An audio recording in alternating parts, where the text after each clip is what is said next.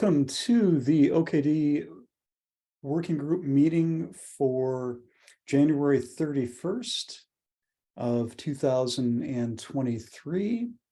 And we have the agenda before us. If folks could take a quick look at it and let me know if there's anything that you want to change or modify before we get started. And then for the meeting, at various times of the meeting, we'll put the agenda up as well so that folks can see it. Then if we are having a conversation like with our guest, then we'll hide the agenda and focus on the guest. And I see Christian is here. So, all right, any changes to the agenda as it's written? Anything you want to add, remove, move around? All right, we're good to go. So let's start out with our guest. Could you go ahead and introduce yourself and tell us a little bit about yourself, and then we'll go from there. Well, I'm excited that I know half of you, so that's nice. It's good to see you all. Karina Angel, think probably know Christian the longest. Hey, so I have been at Red Hat since 2019, and I kind of have been involved in almost everything, it feels like. So I've been on the OpenShift PM team for about 3.5 years now. I have covered Cloud Paks, which broadly means that I touch kind of all across the different areas of Red Hat. But I am here because I am taking over OpenShift Commons from Diane, and we're all so sad that Diane is, I know, and there's no way I can ever fill Diane's shoes. So, it'll be different. But so at least expectations, I don't know, tell me what you want and I can help. But unfortunately, I'm not Diane. And every OpenShift Commons, we will have space for an OKD talk. Want to continue have space for working groups. There's always support for you there. So I guess that's kind of a very brief overview. All right, and so to set the stage, maybe for folks who would be watching this recording that don't know, tell us a little bit about OpenShift Commons. What exactly is OpenShift Commons? Thanks, Jamie. You're a great moderator. All right. So OpenShift Commons, I think of it as a gathering place where, customers, end users, doesn't have to be a customer, but end users, partners, upstream, we all come together and talk about different topics through different channels. And one of the big channels everybody kind of knows about, or we have the OpenShift gatherings that are usually tied to a KubeCon or Red Hat Summit. We are doing Summit this year, or other events. We've also have virtual gatherings, and then also exploring different different ways that we can also drive value to the whole community. And this year, I would like to highlight that Jack is speaking at Amsterdam. No pressure, no pressure. But this is what Commons is about, you all coming together, talking about OKD, and then we can do it in a broader scale, right, across all the communities. Excellent. And oh, sorry, go ahead. Yeah, any questions? Any questions or feedback on what we've covered so far?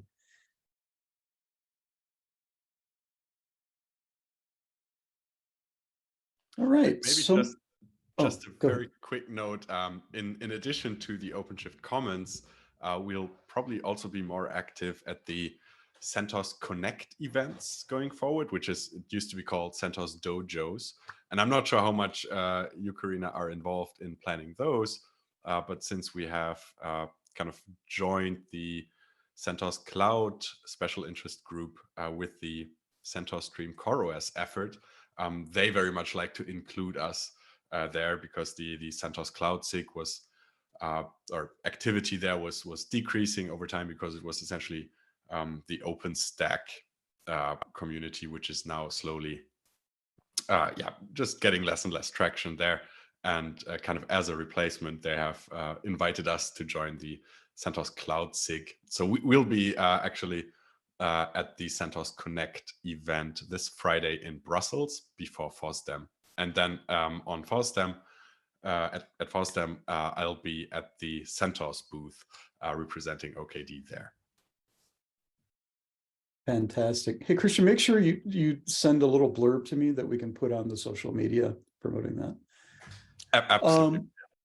Yeah. So, Corinne, could you maybe let us know some of the best ways that or the ways in which you envision us communicating on, our collaborative projects like Commons events and things like that? What's the best way to work with you to reach our shared goals? Well, I think we may need to define what our shared goals are then. Mm-hmm. Sure. So, I mean, you've worked with Diane long enough. So my goal would be to foster more collaboration, which you're already doing. So in capturing more stories of innovation as well, which, Diane would also help with. And so Jack speaking at KubeCon, the Commons at KubeCon is one of those. So I would like to understand how I can capture more of those stories. What are more things you're doing in OKD to innovate? The more I know about what you're all doing and different directions or areas that you're looking at, innovating, the better I can help evangelize that or find ways to, new channels that we can use OpenShift Commons. That doesn't quite answer your question though, because I don't have it does though. It sets the stage for it, right? And so one of the things that we need that comes out of that is that we need to, and I'll bring this up at the community development meeting next week, is reach out to gather user stories. We haven't actually done that. We haven't actually reached out via our social media channels or anything, or the Slack, and said, hey, what are you doing with OKD? Do you have a good story about how you're using it? I think that if we do something like that, then we can get something to you, right? Yeah. So given that, and given what it is that you want to do, and that's sort of our goals as well, I think. Does anyone else have anything they want to add? I'm just sort of riffing here. Does anyone else want to add what we feel OKD wants to get out of this relationship? Yeah. I think we want to do everything we can to grow the OKD Working Group in the community, such that we can maybe move to hosting larger events, maybe get to maybe a year from now an OKD hackathon or something, or something where OKD is a cool thing and everybody just wants to be OKD. So trying to change the world like that. Dwayne, since you're speaking right now, I heard from Luigi that you were planning on doing a workshop, possibly on, I think probably focused on the build pipelines that we have created with Tecton, and I think that would be one example of things we love to do more. I think is just like workshops and really showing people how to use our tech and what to do with it, and kind of exploring possibilities in a workshop. It's just even more, I think it's even better to have this in-person experience in a workshop than just reading through some documentation pages. So I very much like that idea. I think Luigi mentioned it. I'm not entirely sure, but I think it was you who was planning that workshop. Yeah, I just got it formally accepted, and so I'll be sharing those details with you because I got to prep. And so I'm gonna need y'all to get me ready because I'm trying to work on a glossary so that I have some definitions to roll through and just try to represent OKD to my fullest ability. The organizations that are working with, they like to do climate change. So the OKD S&O would be a great solution to bring some data into the network. So right now we're trying to, first I gotta, even today I was talking with the NSF and we had a slight little discussion about Kubernetes. And I was like, because he was saying, well, this grant is about the architecture of building a geospatial platform. And I was like, well, the cybersecurity policy states Kubernetes. And then I said, OKD is old. So, and I noticed that sometimes I got to slow down when I'm, and then in this group, I got to speed up. And I'm like, oh, it's a great paradox. And I'm like, it's just different audiences, and you have to build a dual skill set sometimes. And I'm learning to learning this open source journey. Jack, go ahead. Yeah, one thing that we could maybe look into is define a little bit better how people who are using OKD, how they can contribute back to the actual sources from which OKD and OpenShift are built. Because, well, I think a lot of the times OKD users are kind of testing the boundaries of what they can do with well, the OpenShift sources, in terms of the source code. And maybe also using some features for which it was not originally developed or that have not been ironed out yet and are encountering some things. And then the question is, okay, how do we contribute something back? Like maybe a simple bug fix, maybe documentation updates, maybe even a small feature. And because if I'm just going to go to one of the OpenShift repositories and open a pull request there with changes, I think in most of the cases, the chances are really low that that's going to even get reviewed, much less so actually get merged at some point. And I mean, that's understandable. Of course, the open source community is not the product client. Those are not the end users from the Red Hat perspective. But still, it would be nice if we can kind of get this back channel so that we are not just using the software, but we can also contribute something back. Because I think now then we actually come across some things that could need some ironing out or documentation updates. And yeah, in that direction, I would like to see some community development. Okay, so tying this back to Karina's efforts, it sounds like really we want opportunities to be able to do workshops at events and opportunities to give talks and to let members of the OKD community present, innovative things that they're doing and to present examples of people who have done interesting stuff with OKD and have contributed back, highlight that they've contributed back. So any opportunities that we have within events and within the Commons community to highlight that type of stuff, it sounds like would be what we're looking for. Yeah, Bruce, go ahead. Yeah, thanks. I would like to sort of second the idea of hackathons, and in particular, a branch of them that would be suitable for students. Because I've got about 25 students coming out every year that have used OKD to deploy their labs and assignments and things like that.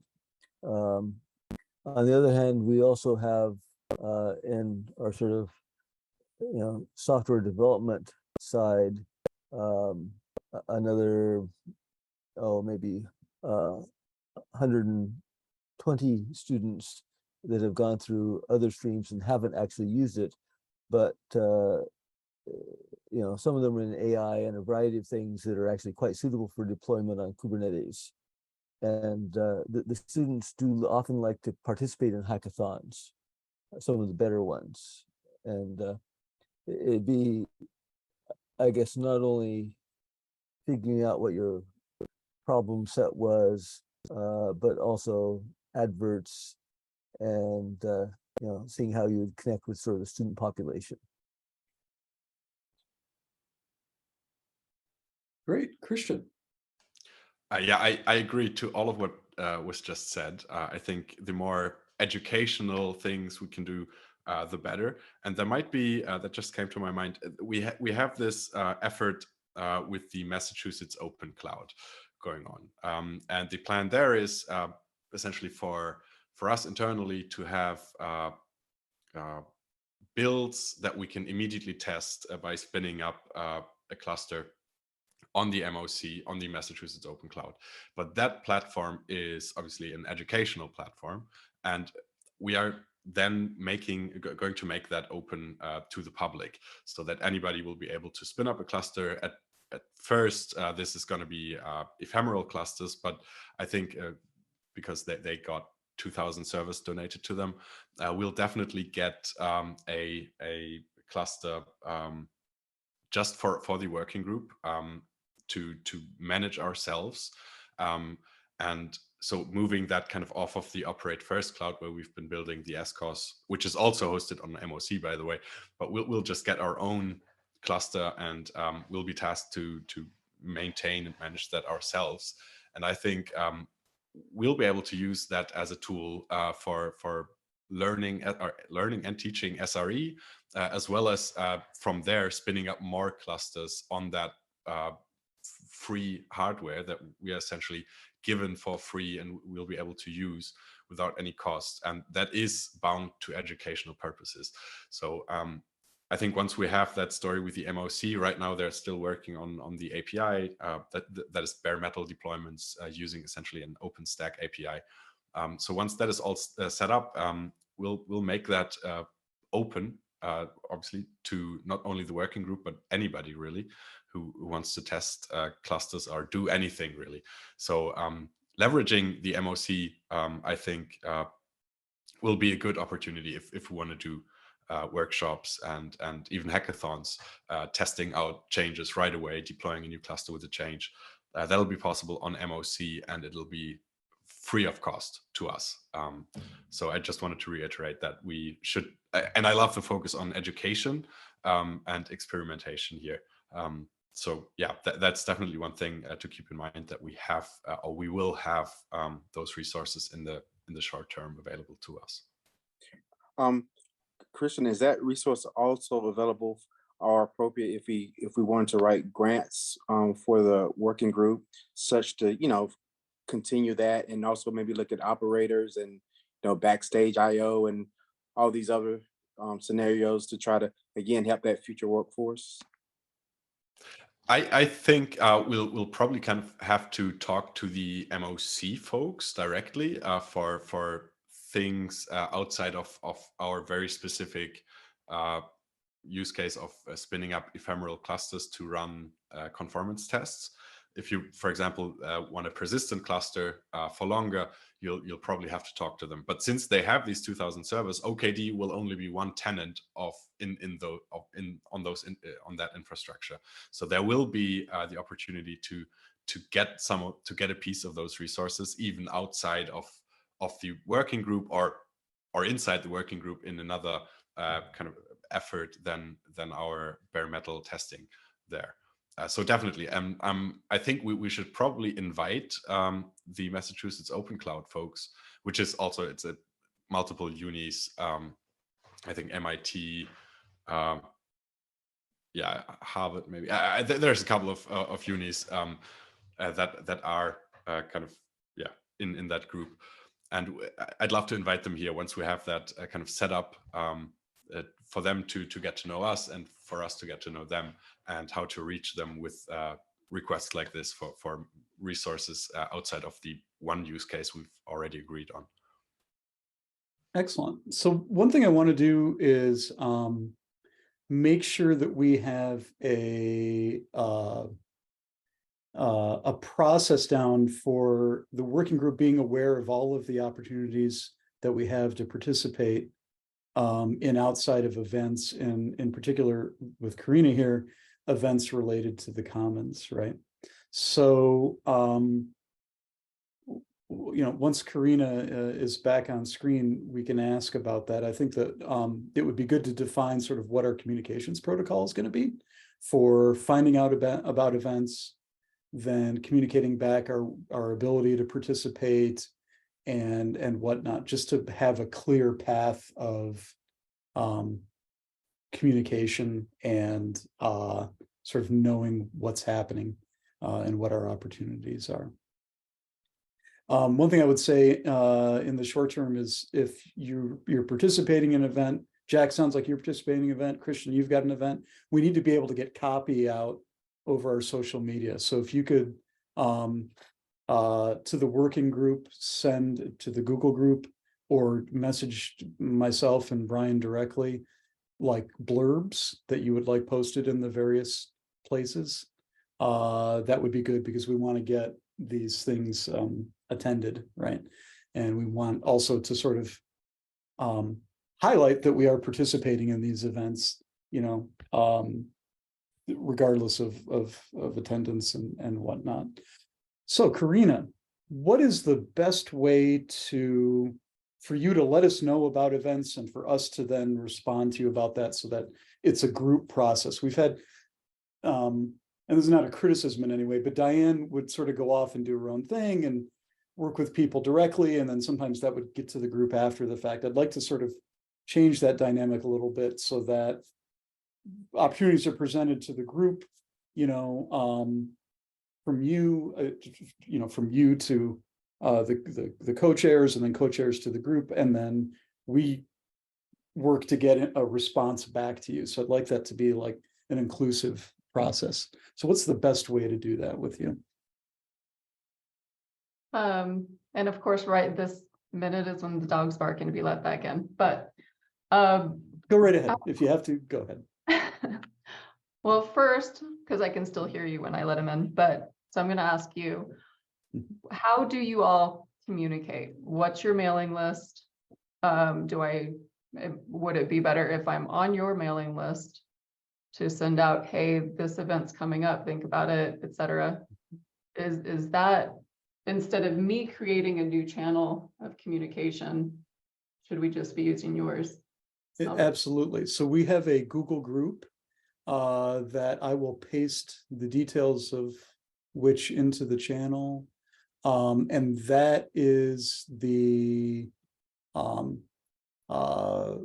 communication channel that is, for the most part, all, let's see, there we go. So yeah, and that's the Slack as well. Although the thing about the Slack is that it's mixed with OCP stuff and everything like that. But the Google group would be a way to communicate directly with people participating in the Google group. And let me see if I have the link directly to the sign up for the Google group here. Does anyone else have any thoughts about that?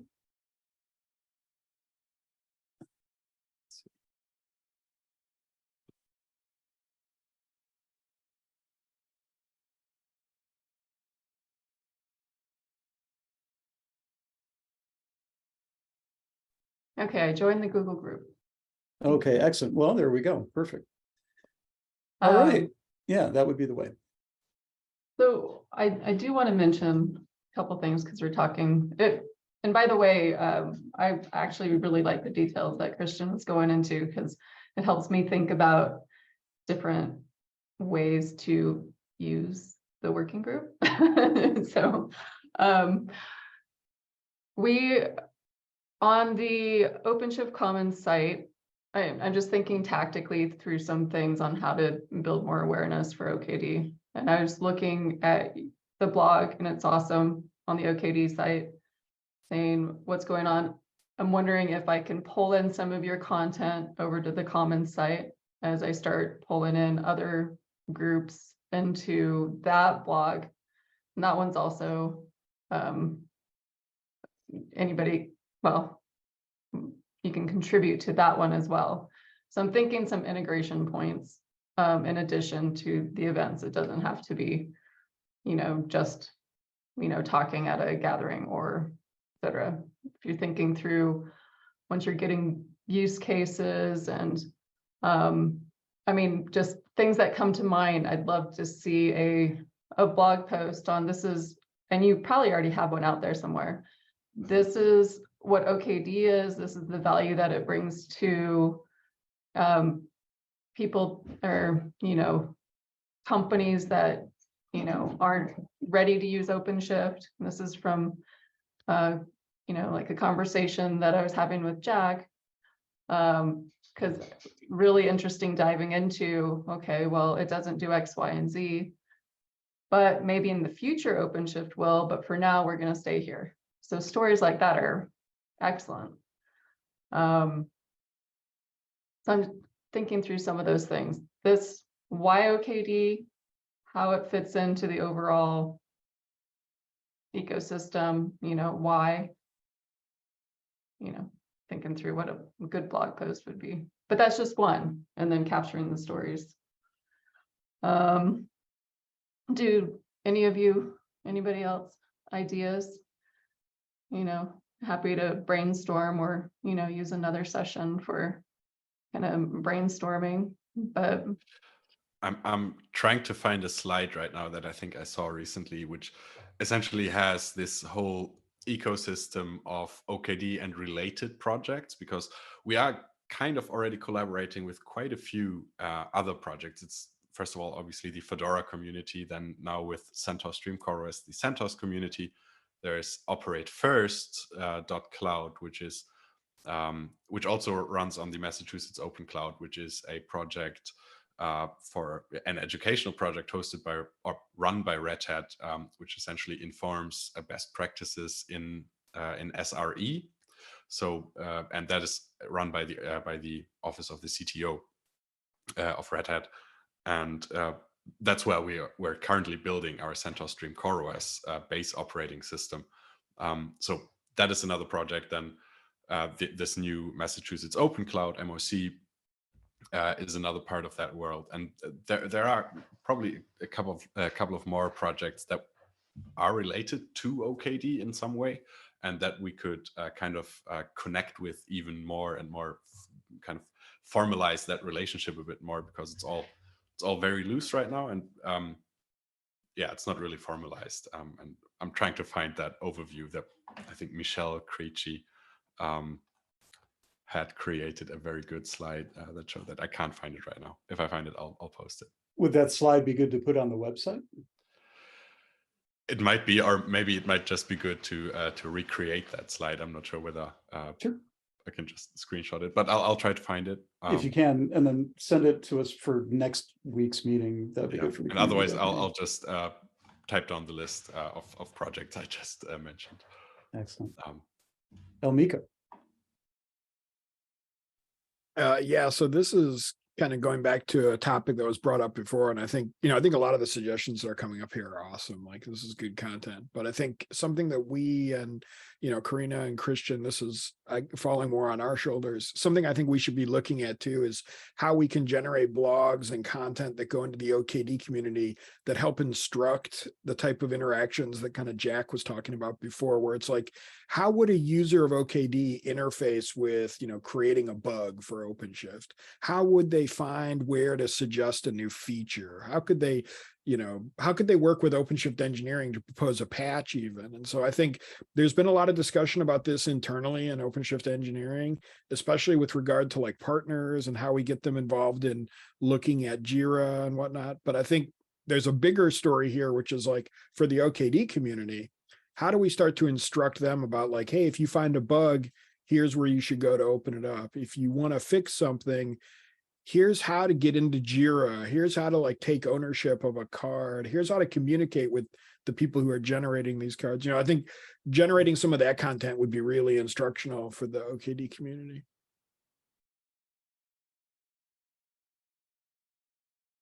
All right. Any other thoughts?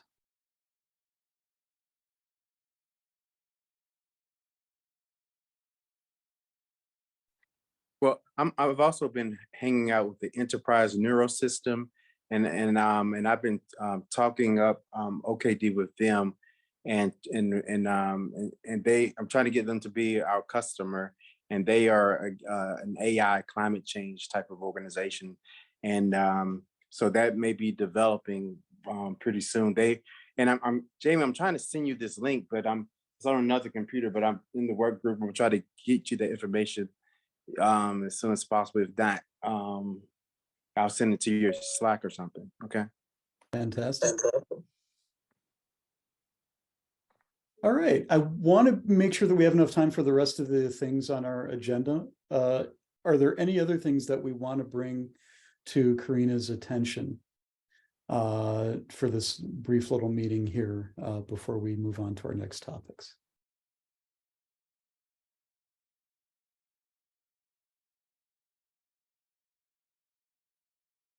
All right, well, thanks so much for showing up here and making your presence known to the group, and looking forward to working with you. And now that you're on the working group Google group mailing list, we can have lots of communication there and stuff like that.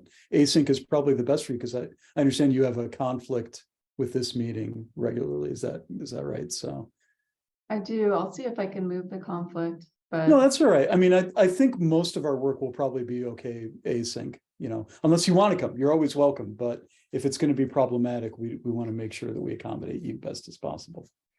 I mean, you all are great, so I'll try to show up once in a while. That'd be fantastic. All right, well, thank you all. It's good to see you. Hope you don't mind if I drop, but definitely reach out, brainstorm. Thanks for showing up.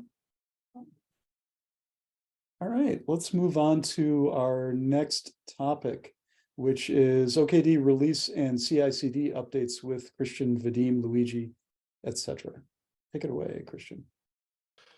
So I have been out for quite a bit, and I just kind of came back last week after since beginning of December. So I don't have an update on Fedora CoreOS based OKD, since I haven't been following that. I think though Vadim has created a new release recently.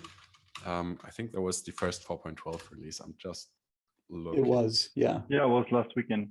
Yeah, we promoted it. We got a Twitter post about it and stuff like that. So yeah. Awesome. So I'm just going to put it in the chat again. That's that release. I haven't been following up on any potential issues with that release. I do think though that one issue with memory leakage was fixed in that, if I remember correctly. But again, not entirely sure. And then I have a very quick update on OKD on SCOS, which is hopefully going to be released on Thursday. So we are working on that right now. And that is it from my side. Fantastic. All right. I pinged Dusty and Timothy. Neither him nor Timothy have anything in terms of FCOS updates. Community development updates. Brian was out for the last meeting. Just to fill folks in, the Mastodon we've decided to move forward with, and Omiko is going to give us a little bit of guidance, but we're going to shadow him so that he doesn't do all the work and just getting us on one of the servers, and we'll try it out. We'll see how it works.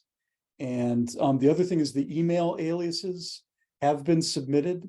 So that they are all going to point to the Google email address that's been used to set up the Twitter and everything like that. And then eventually we will have different email accounts and sort of direct specific aliases to specific email accounts. Yeah, Omiko.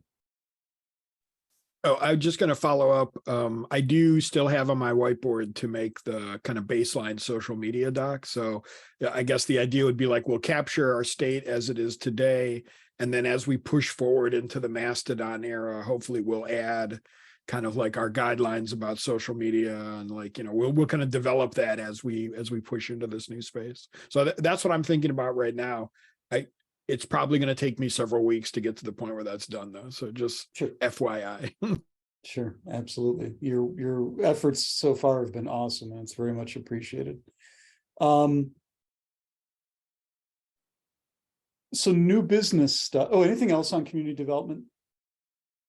We'll our meeting, Brian will be with us for our next meeting, presumably, so we'll have a lot more to talk about then.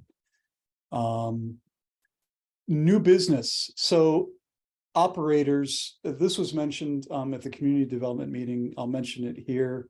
I talked with Vadim a little bit about the catalog, and apparently management within Red Hat sort of shifted focus away from the catalog on other things, but Vadim wants to start up that effort again. We did decide that there will be, that several working group members are going to reach out to different operator project maintainers to gather information about the best way to approach things. What are some of the pitfalls they've come across, etc. I'm attending the Tecton one. They've canceled the past 2 operator meetings though, now that the new version came out, the new version of pipelines came out. They don't really have much to talk about, but I'll be attending this Thursday. And then Elmiko's reaching out to the Windows operator folks, and someone else. We had the third project. What was the third project? Oh, GitOps, reaching out for the GitOps one. And Christian, do you have any input on that? Vadim was excited that we wanted to contribute and help revive the catalog effort. Do you have any thoughts? I have only seen the updates on the Jira cards that Vadim posted. I haven't had the time to dive into that. I'd love to help. So if there's anything you think I can be helpful with, I'm definitely open to doing that. But I haven't had the time to actually look at it.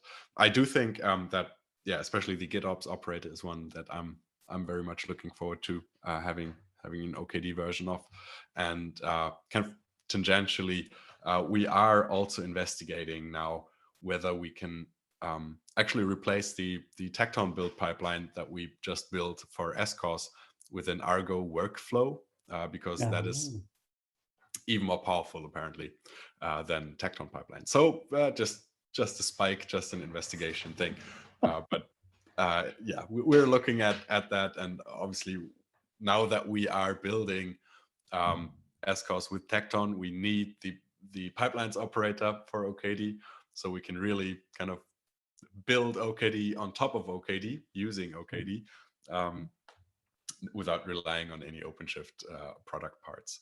So that is definitely very much still on our agenda. And if we can help, I think all of us also, I'm sure Mike and then Luigi, Shireen, Alessandro, who have showed up here from time to time, are also very much interested in getting that done. Nice. And I am still chipping away at my doc on installing all of the components of pipelines with Tecton, and even grabbing the stuff that's in a completely separate repo. That's the separate tasks. Okay, and now here's one that, Christian, we hope you can answer. What is the status of ARM? So it is getting closer. Let me put it that way. Alessandro, who is our ARM QE lead for OpenShift, he's been a regular, I think, on this meeting too. So he's been working on it, and we essentially just need to get compute on ARM to be able to build on ARM. And then, so he has a pipeline that actually creates fully multi-arch manifest listed payloads. And he has built it once and it works. And we just essentially right now need to find resources to deploy that on and build it regularly. So it is very close. And yeah, we hopefully in the first quarter this year still. Excellent. Any questions, any feedback on those items that we just brought up? Yeah, I've just got a question. Do we have a general approach that we want to take with the operators?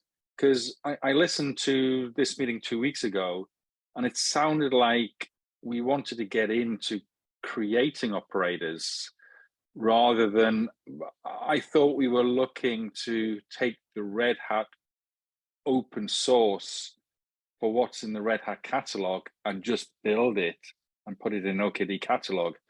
I was just a little bit confused because some of the conversation seemed to be going down the route of, let's see if we can go and create an operator rather than just build what's in a Git repo somewhere. So I think it's a little bit of both. I think, and Christian, I see your hand. I think it's a little bit of both. The reason being is that we can't really have informed discussions, at least my opinion, we can't really have informed discussions about changes that we need in operators for them to be able to be deployed without really understanding operators and understanding the process, and for maybe members of this group to go and contribute to those projects to help them be OKD friendly, right? So that was my perspective for going down the road, for including in the discussion, understanding operator maintenance and whatever, right?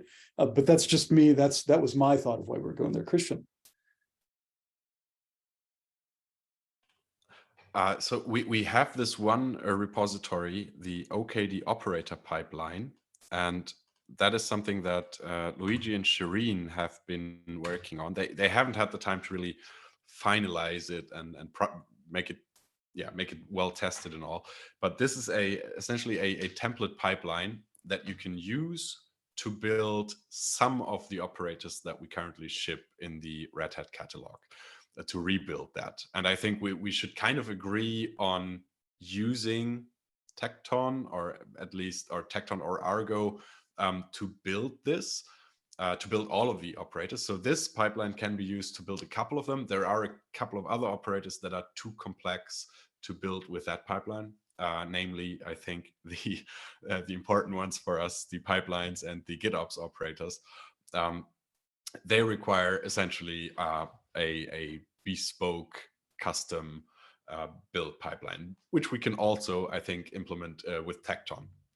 So if anybody were to tackle the task of building it, obviously you can do that locally, but once you do it locally once, you can essentially put that script in a Tecton task, and that way have it kind of reproducible for other people and shareable also. So we might have to create a repo for all of these tasks, or we just merge the tasks for building the pipelines operator into the OKD operator pipeline repo here. And I would, essentially my tip would be try to use Tecton to build the operator. It really comes down to just building a couple of container images and putting them in this and creating this bundle image, which essentially bundles them all together and has a format that is recognized by the operator hub. And so really it's just building containers.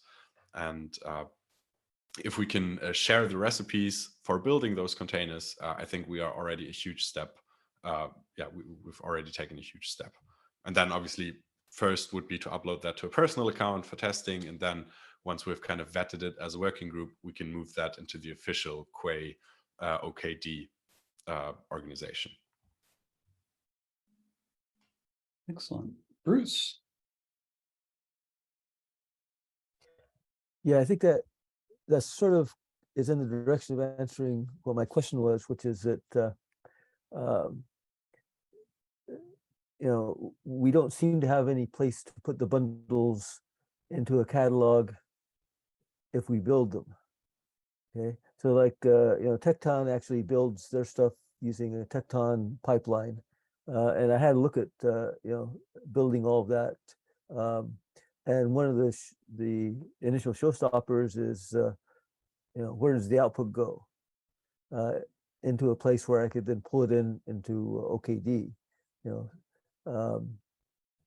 and that's something that we've been talking about for the last 2 or 3 years, and I don't know that we have an answer to that. But what Christian was saying, we sort of need a couple of things. Okay, like we need development repos for testing that don't go anywhere public. But once it goes through all those processes, then we do need a public catalog. And if it was just operator hub, I don't know, we need some sort of labeling so that we could set up a samples equivalent of knowing what to pull down, since a lot of the stuff that's there won't work. So I think there's a few, maybe we're almost there, but it's not clear to me that those sort of showstoppers are out of the way on how to proceed. Yeah, one missing part is definitely that catalog repository. I think we'll have to create one in the OKD project organization on GitHub, and then I haven't looked at that in depth yet, but then we can take a look at the community operators repository, for example, to see how such an index repo works, and then kind of use that as a template for the index we are building for OKD specific operators. And in that repository, we'd essentially have all the commits specified what's built for a specific operator version, and essentially, showing what goes into the operator and what comes out as a bundle. That is definitely something we'll need that that catalog repo essentially, or index repo, whatever you want to call it. All right. It might be useful, I think, in the near future to create a document of steps of like a plan, like these are the things we need to do and in what order to get there. So maybe this is something that we can start a document, share it with Vadim, so that we're all working together and sort of outline the steps that we want to take to get there. Just very quickly, Jamie, I think the Operator Hub community has already documented some of these things. I'm just going into that. Yeah, I mean, there is good documentation on how to build all this. It's actually got considerably easier because it can now be a text-based. You can build a catalog from a text-based file. You don't need to use the tooling to actually build the format. So, yeah, I mean, basically, we need to build the operator bundles for each of the individual operators, and then the catalog is created. Effectively, we need update paths generated. So version 1.2 then goes to 1.3, goes to 1.3. We need to define channels. And I think the way that OCP does it, it has a channel for each minor release. So 4.11 has a channel, 4.12 has a channel, 4.13 has a channel. So we need to do this. Then we have to work out, when do we actually build an operator? How do we tie it into, what does OpenShift pipelines version X mean? Is there a commit that we can identify that we could then build off? So are we staying in step with what happens in the OCP Red Hat catalog, or are we doing our own thing? I think there's a lot of things like this, but the actual mechanisms of how to build an OLM catalog, it's pretty well documented on the operator site. And to clarify, what I'm talking about are the steps of administrative things that we need to do as a group. Just to clarify that those are the things that I think we should write out. Like, we need to create a repo here.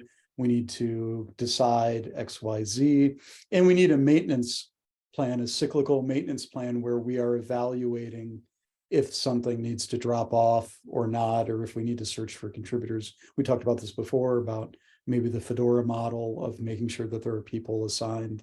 So let's actually start a document with that.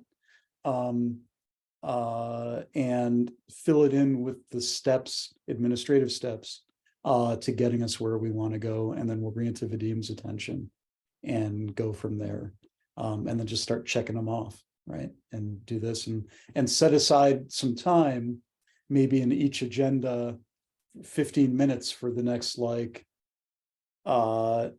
next 5 working group meetings to talk about process, operator maintenance process, and make sure that we're all on the same page. Does that sound like a tactical plan to get us where we want to go? I'm seeing lots of nodding heads. Okay. Yeah, cool. I think so. All right.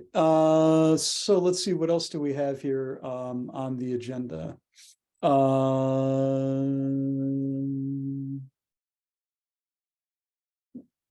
So prioritization stuff. I want to keep revisiting this at the end of every meeting. We've got about 7 minutes left, and so this was the list from last time. Prioritization. We talked about operators.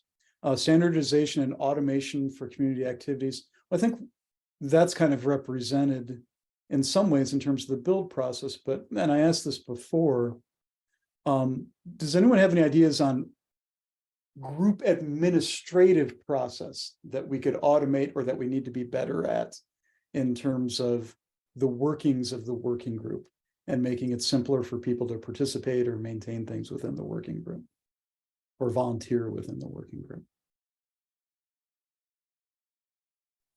That one thing that comes to mind for me is having something again like Fedora, where you have essentially levels of trust a member is given. So you have the admin, you have proven packagers, and you have packagers. Proven packagers can make changes to other packages as well. Packages have their own packages assigned to them. And I think scoping that down that way makes a lot of sense. So imagine we're talking about operators now, and there might be a person or multiple persons that are able to package all the operators or do changes to any of them, while others just have access to their own to that one operator that they're maintaining. That might make sense. So essentially, kind of RBAC style, permissions to do things. I'm not sure how we want to implement that. Whether we want to just do that manually or use an account system. Maybe we can get the Fedora, reuse the Fedora. I think it's called AAA now, the Fedora RBAC system. We already have the Fedora group, the OKD group in the Fedora system, I believe. So we might be able to reuse that and kind of just use our Fedora accounts. Another option might be to ask CentOS, since we've now introduced ourselves there, or setting up another system, although that obviously needs maintenance as well. So reusing one of the existing systems like Fedora or CentOS might make sense here. Okay, excellent. One of the things that came up as well as more install docs, and that led to a conversation about Dwayne working on a glossary. Can you, Dwayne, are you still working on that? I know you got a lot on your plate. Yes. Because this came out of this came out of bare metal, the conversation about what is bare metal? And this word gets thrown out a lot. So a glossary to sort of help with the language. So yeah, go ahead, Dwayne. Yes. So I'm gonna get back on the glossary, and I'm almost doing two things at one time. Continue to work on the OKD S and O, because if we have someone who comes in and they're new, then you have to break down things to them. So that part of the glossary is done, but then to give them enough scope of why it's important and why it's a potentially great career skill set, so that they understand the why they're doing this. And for students, that's always important. They, so that they can understand how to prepare themselves for the workforce concerns. So I'm trying to do that at that level. And I think in my mind, I'm targeting maybe 16 and above, so that, up to young adults, if y'all think that's the most appropriate, such that they can begin to have the vocabulary and to understand, how to find these things. And as these things begin to shift over time. And so I'll try to have I have a draft ready, but I'll try to work on the MKD docs to try to get that up in a standard format so we can all start commenting on it as soon as possible. Excellent. All right. And then Jack, your item is still on there because I was hoping that Michael would show up, our docs person, but he didn't show up. So we're still we need to reach out and see if we can get him to come to the meeting so we can talk a little bit more about documentation challenges and their system and whatnot. So I'm going to hold that topic until the next meeting, ideally when we can have our official Red Hat docs person here. I think the last thing is just Edge. So a lot of folks are talking about Edge. Is there anything, Christian, that you can let us know about something? Have you heard anything about people wanting to use OKD on the edge? What are our options? Is that a way where we can leverage ourselves? I haven't heard anything since since last time on Edge. I do know that people are still interested in it and even using it. But yeah, I haven't heard any news on that side. I'd rather hand it over to Jack for the last minute. All right.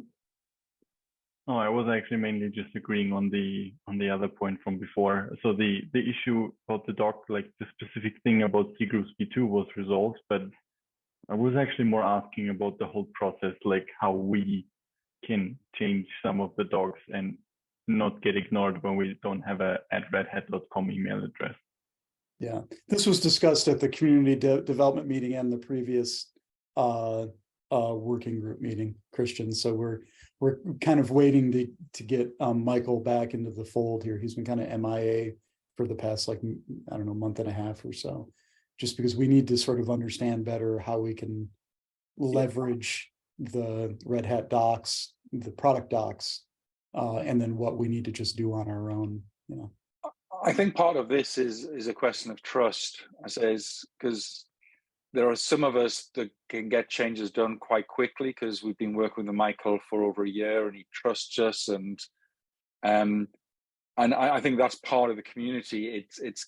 I think it goes back to what Christian said, getting people that have that high level of trust and using the community to actually build that trust with the Red Hat organization, so that we can get things, names are recognized and we can get things accelerated, rather than just, it could be anybody off the street that's put a pull request in and there's no recognition or trust there. So I think the part of this process is, as people get more involved and become known, I think you get elevated trust and you sort of fast track. But I don't know how we formalize that mechanism of and getting that to be more efficient, so you don't go through the pain of feeling ignored and unloved for 4 months before you actually get to be known as a valid contributor and a trusted contributor. Yeah, and then one of the questions I think we would ask Michael is it possible for people not affiliated with Red Hat to get access to that branch to be able to? Yeah, Christian's already shaking his head no.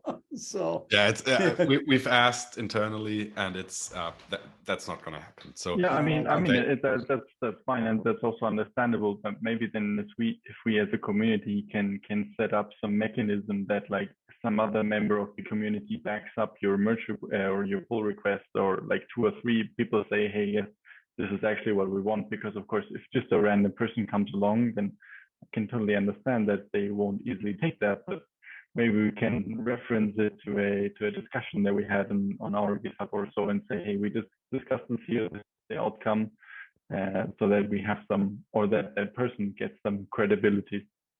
Yeah, that's a great way. Miko. So I had said this when the discussion came up before, but one, we need to create some docs for ourselves on how we're supposed to make changes to the upstream docs. You know, what like markup we need to put to differentiate the OKD content. And then secondly, with respect to like getting trust from the docs people, I wonder if we could use the OKD project organization on GitHub as a way to help inform. Like, if you're a member of OKD project, that might help us in some ways, you know, because then we can say, well, you know, whatever process we use to include people into the OKD project organization, that could feed into the trust that we're helping to develop with OpenShift org members. Yeah, Christian. Something we could even do is fork the OKD docs repo into the OKD project, and then merge our working group changes into the fork first, and then open a PR from the fork to the main repo. That would already show people that there has been some vetting done by the working group. It has first merged into the fork that is maintained by us. So we have looked at it, and when that origin of OKD project might then have a higher degree of trustworthiness for any docs folk. Just a comment on that. Is the tooling open and available to actually convert the repo into a website? Because I know Red Hat just changed the tools underneath the docs. Because if we do that, we'd want to ensure that it builds and it renders correctly. And I'm not sure what the tool chain is behind docs at OpenShift and docs at OKD, whether we can actually pull that in. I think that's a question for Michael, which is one of Yeah. the reasons we wanted to get him here. You know, and to what Almiko was saying in terms of finding out what are those specific tags and whatnot. So I do want to be mindful of people's. That is open source, though. I bet that's open source. Okay. The thing to build the website from the doc. Yeah, the tagging though, I don't know. Like, is it just like OKD or what? You know, I don't know. All right, we're 5 minutes after. I do want to be mindful of people's time. Let's put an end to this meeting, and we'll put a note to add this to the agenda. The next working group meeting, I will send an email to Michael and see if we can't sync up somehow. It might be that the time change made it a time conflict for him or something like that. But I'll reach out to him directly and see if we can get some conversation going for the next meeting. All right, thanks, folks. Appreciate you spending so much time and effort on the OKD project, and we'll see you next time.